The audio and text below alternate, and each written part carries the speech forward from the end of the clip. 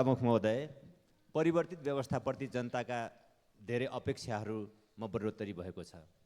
बदलिँदो राजनीतिक परिस्थितिमा राष्ट्रिय हितका मुद्दाहरू थप गम्भीर र संवेदनशील बन्दै गइराखेका छन्। तर सरकार यी सबै विषयहरूप्रति व्यवस्था गरिराखेको छ र बेखबर जस्तै देखिन थालिराखेको छ। सभामुख महोदय, राज्यका महत्त्वपूर्ण अङ्ग र निकायहरूलाई आफ्नो नियन्त्रणमा लिएर सरकार सत्तावादको अभ्यास गर्न उद्यत भइराखेको छ। सरकार उसो त स्वार्थ समूहहरूको पृष्ठपोषण र बैशाखीमा निर्मित भएको कारणले स्वार्थ समूहहरूको बिचौलियाहरूको हित रक्षाको निम्ति आफूलाई समर्पित गर्नु सरकारको नियत र नियति बनिरहेको छ। सभामुख महोदय, लोकतन्त्रमा सङ्ख्या महत्त्वपूर्ण कुरा हो, तर सङ्ख्याका पहाडहरू जनचाहनाको सामु गर्ल्याम गुल्म ढलेका इतिहासहरू अनुभवहरू हाम्रो वरिपरि छन्। सरकारले यसतर्फ ध्यान दिइराखेको देखिँदैन। म सरकार यसतर्फ पनि बेखबर जस्तो देखिराखेको छ। सभामुख महोदय, यति बेला सरकारले 2/3 सामर्थ्य एक राष्ट्र सेवकको मानमर्दन गर्न, अपमानित गर्न र एउटा निश्चित सार्वजनिक संस्थालाई तेजोवध गर्नको लागि आफ्नो सामर्थ्य प्रदर्शन गरिराखेको छ। सभामुख महोदय, स्पष्टीकरणको नौटङ्की विद्युत प्राधिकरणका प्रबन्ध निर्देशक कुलमान घिसिङलाई विभिन्न बहानामा स्पष्टीकरणको नौटङ्की रचेर आफ्नो गलत करतुतलाई छोप्ने दुष्प्रयत्न समेत सँगसँगै गरिराखेको छ। विद्युत प्राधिकरणको प्रबन्ध निर्देशक कुलमान घिसिङको बर्खास्ती, बक्यौता उठाउन नदिने, जलमाफियाहरूको स्वार्थ पुरा गर्ने, विद्युत प्राधिकरणलाई बिचौलियाहरूको हातमा सुम्पने, यिनै र यस्तै उद्देश्यहरूमा आधारित छ भन्ने कुरा आम जनताले राम्रोसँग चाहिँ बुझेको छ र आम जनता यो विषयमा स्पष्ट पनि छ।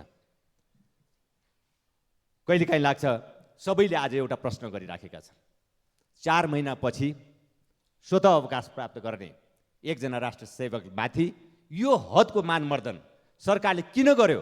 मान्छेले यो खोजिरहेको छ र सोचिरहेको छ। सायद सरकारलाई 4 महिना पर्खने धैर्यता छैन। सरकार आफ्नो औचित्य गुमाउँदै गइरहेको छ। जुन प्रयोजनको लागि सरकार बनेको दाबी गर्दै आइराखेको थियो, ती सबै औचित्यहरू नाकाम साबित हुँदै गइराखेका छन् र औचित्य साबित गर्न सकिरहेको छैन। सायद 4 महिना पनि टिक्न सकिन्छ भन्ने आत्मविश्वास गुमाएको कारणले होला 4 महिना अगावै सरकार विद्युत प्राधिकरणको प्रबन्ध निर्देशकलाई बर्खास्ती गर्ने निर्णयमा पुग्दछ। यहाँ गजबको कुरा सुनिरहेको छ।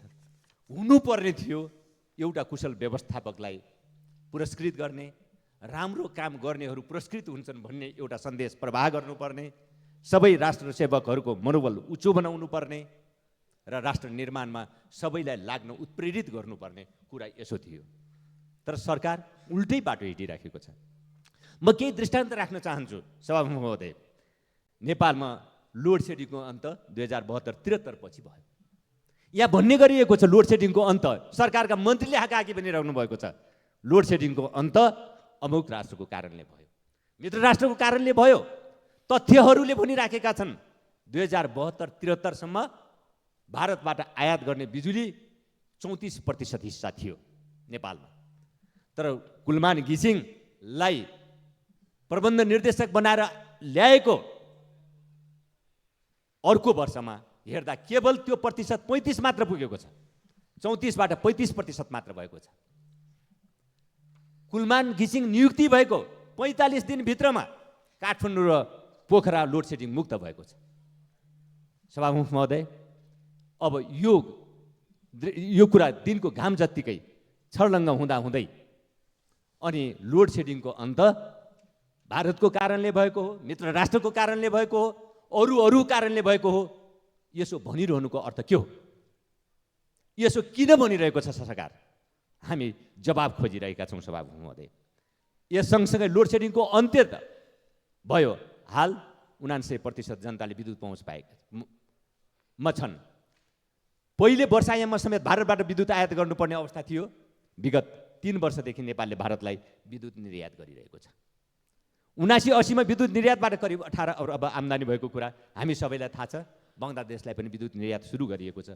सहज आपूर्तिका कारण नेपालमा विद्युत खपत 3 गुणा वृद्धि पनि भएको छ।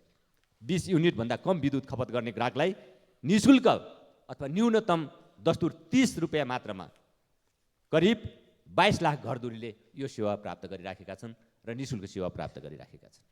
विद्युत उत्पादन वृद्धि 8 वर्षमा 4 गुणा हुन पुगेको छ। मान्य सदस्य संक्षिप्त गर्न। त यी सबै यो विवरणहरू या लामो एउटा फेरिस्त छ। यो सबै विवरणहरू हेर्दा एक राष्ट्र सेवकलाई, कुशल व्यवस्थापकलाई पुरस्कृत गर्नुपर्ने हुन्थ्यो, सम्मानित गर्नुपर्ने हुन्थ्यो, ताकि अरू सबै राष्ट्र सेवकहरूको मनोबल उठोस्। तर फेरि पनि यहाँ अपमानितै गर्ने बाटो सरकारले रोज्यो। किन भन्दा सरकारले को आदेश पालना गरेन रे। कस्तो आदेश पालन भएन सभामुख महोदय, म यो प्रश्न गर्न चाहन्छु। हुकुमी आदेश, स्वेच्छाचारी आदेशको पालना हुकुमी शासनमा मात्र हुन्छ, लोकतन्त्रमा हुँदैन सभामुख महोदय।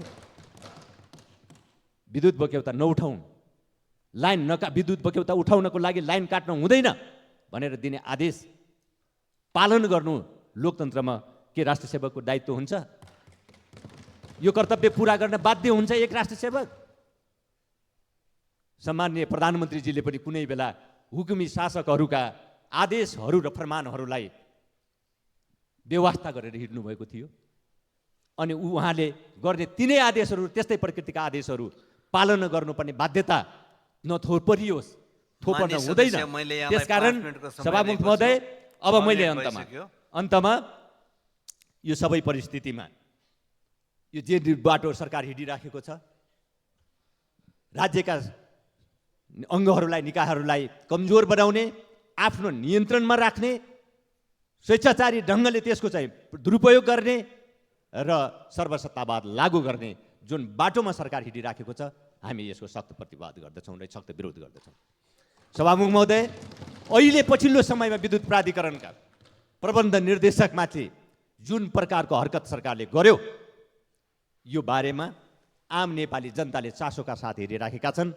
प्रमुख प्रतिपक्षी एक जिम्मेवार राजनीतिक दल हुनुको नाताले, प्रतिपक्षी जिम्मेवार राजनीतिक दलहरू हुनुको नाताले जनताको यस प्रकारको चासोप्रति, जनताको यस प्रकारको सरकारप्रति हाम्रो गम्भीर ध्यानाकर्षण भएको छ र हामी चाहन्छौँ सरकार यस प्रकृतिको निर्णय फिर्ता ल्याओस् र त्यसको निम्ति प्रधानमन्त्रीजीले आएर संसदलाई यस बारेमा भएका समग्र कुराको जानकारी तत्काल गराउनु पर्दछ र प्रधानमन्त्रीजीले यो गम्भीर राष्ट्रिय सरोकारको विषय, आज जे बनिराखेको छ, जनसरोकारको विषय बनिराखेको छ, यस बारेमा संसदलाई जानकारी नगराउँदासम्म संसद सुचारू हुन नसक्ने जानकारीमा प्रमुख प्रतिपक्षी दल लगायत प्रतिपक्षी दलको तर्फबाट गराउन चाहन्छु। धन्यवाद।